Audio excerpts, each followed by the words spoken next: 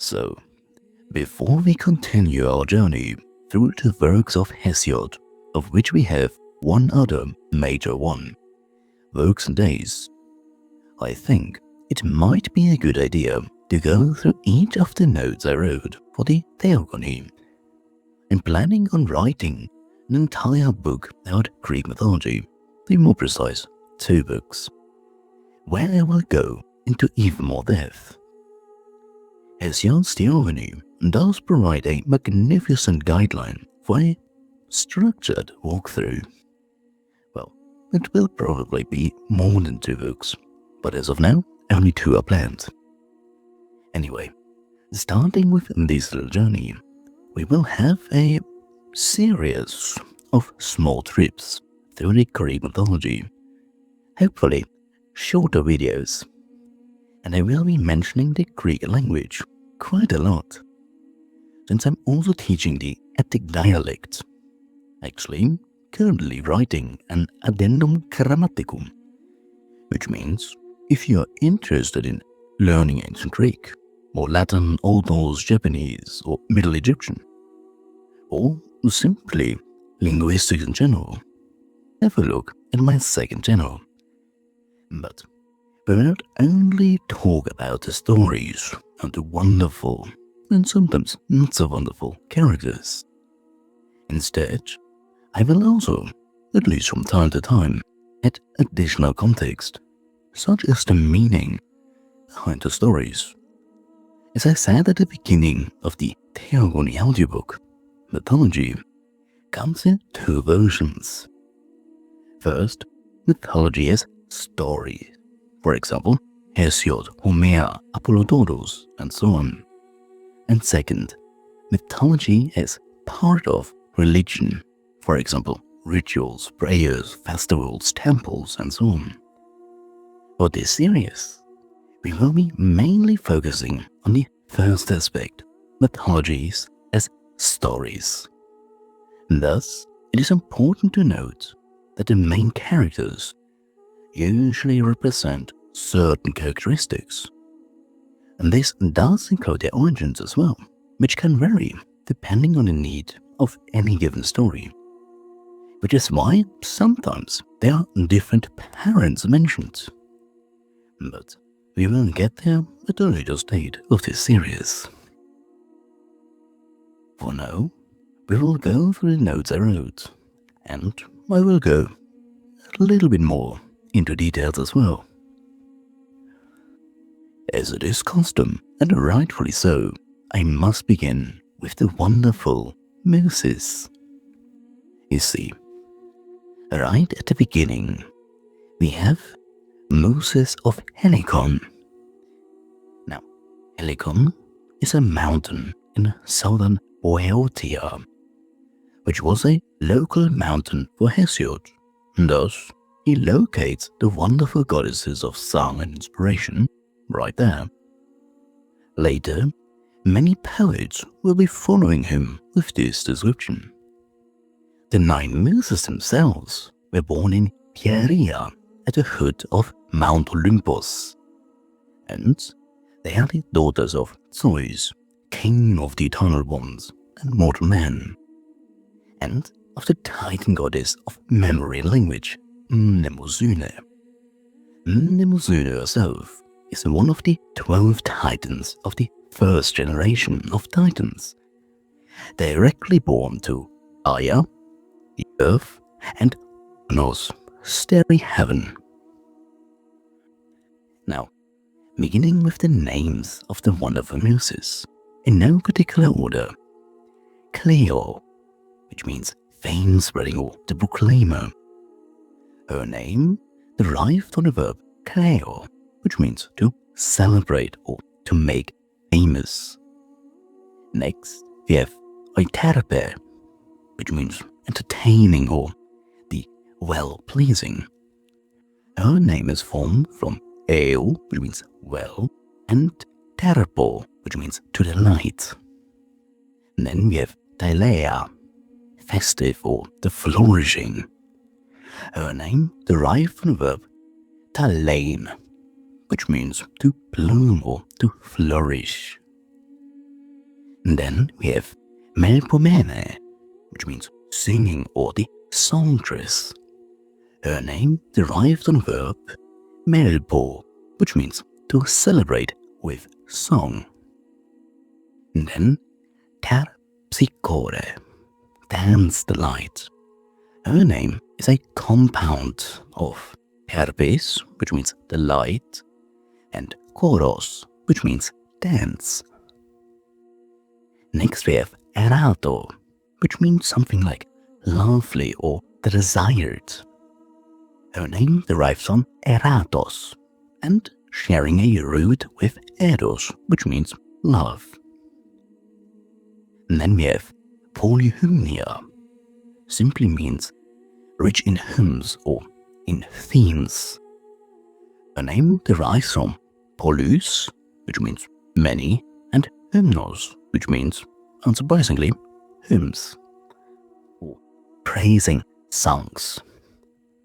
Then we have Urania, which means celestial or the heavenly. Her name derives from Ouranos, which is indeed the Greek word for heaven or sky. And lastly, we have Calliope, beautiful voice, formed from kallot, beauty, and ops, which means voice. Now, in Greek mythology, the wonderful Muses are not merely passive sources of inspiration. They are formidable guardians of the arts who play central roles in tales of divine competition, justice, and the legacy of heroes. But before we dive into this part, there is something we must be talking about first. You see, it was not always the 9 Muses. Originally, there were only 3. The Elder Muses, or the Boeotian Muses, if you remember, that is the place where Mount Helicon is located. So, the 3 Elder Muses, or the Boeotian tradition, according to the Greek traveler Pausanias, who's writing in the 2nd century AD. The cult of the Muses was first established on, you guessed it, Mount Helicon, not by the gods, but by the giants Otos and Ephialtes. They recognized only 3 Muses, whose names represent the fundamental preconditions of any artistic or intellectual work. First, Melete, which means practice or study. She represents the discipline, attention, and habitual effort required to master an art. Then we have Mneme, which means memory. She represents the preservation of knowledge and the ability to recall the stories and songs of the past. And then we have Aoide, which means song, sometimes also translated as voice. She represents the final creative expression, the actual sound and performance of the art. As it is the case very often, we do have different traditions. The original 3 were not the same everywhere in Greece, of course not. Different regions had their own ancient triads. For example, the Delphic Muses. At the sanctuary of Delphi, the Muses were named after the 3 strings of the ancient lyra, Nete, Mese, and Hypate, representing the low, middle, and high chords. And then we have the Ciconian Muses. In the city of Sicyon, one of the 3 was uniquely named Polymatheia, which means much learning. Now, a little bit about lineage and evolution. You see, unlike the 9 Olympian Muses, again the daughters of Zeus and Mnemosyne. These Elder Muses, the three Muses, or the Oedean Muses, are often described as the daughters of Gaia and Ouranos. This would make them titans of the same generation as mentioned Mnemosyne, thus representing a more raw, elemental form of inspiration that existed before the Olympian order. As the Greek philosophical and mythological schools evolved, a fourfold system emerged that acted as a bridge between the primordial 3 and the Olympian 9 Muses. This tradition is most famously recorded, ironically, by Cicero, who, while Roman, was relying on much older Greek theological views, and the Byzantine scholar Tzetzes. In this tradition, these 4 Muses are often considered daughters of Ouranos, making them ancient elemental beings. Those 4 Elder Muses are, in no particular order, Telxinoe, the mind charmer, derived from Telgain, which means to charm or enchant, and Nous, which means mind. She represents the hypnotic power of art and its ability to captivate the human psyche.